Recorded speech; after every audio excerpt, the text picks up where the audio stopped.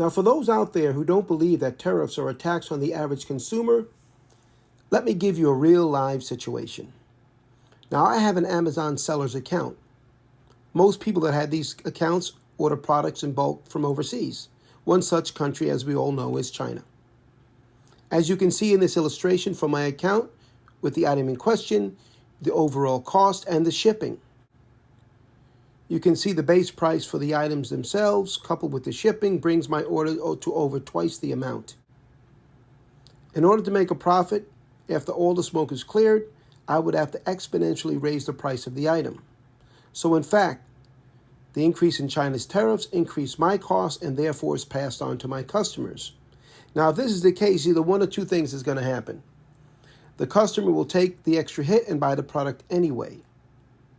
Or they will not buy the product because the cost is out of their price range, therefore affecting the vendor, which is myself, and possibly putting me out of business or any other vendor for that matter. Some in this country still think that this sorry excuse for a president is being strong and pushing back on countries that he claims are taking advantage of the United States. One would think, as a businessman himself and his supposed billions of dollars in net worth, that he would know better.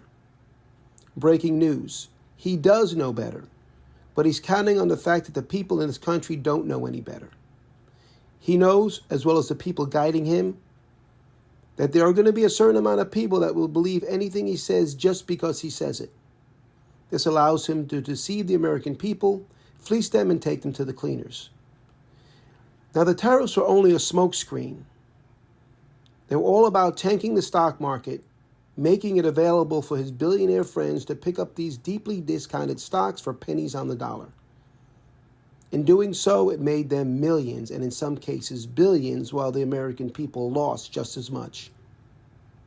So my suggestion for those who are still in la-la land and are following this orange character: believe half of what you see and none of what you hear, especially when it comes to Trump and his minions.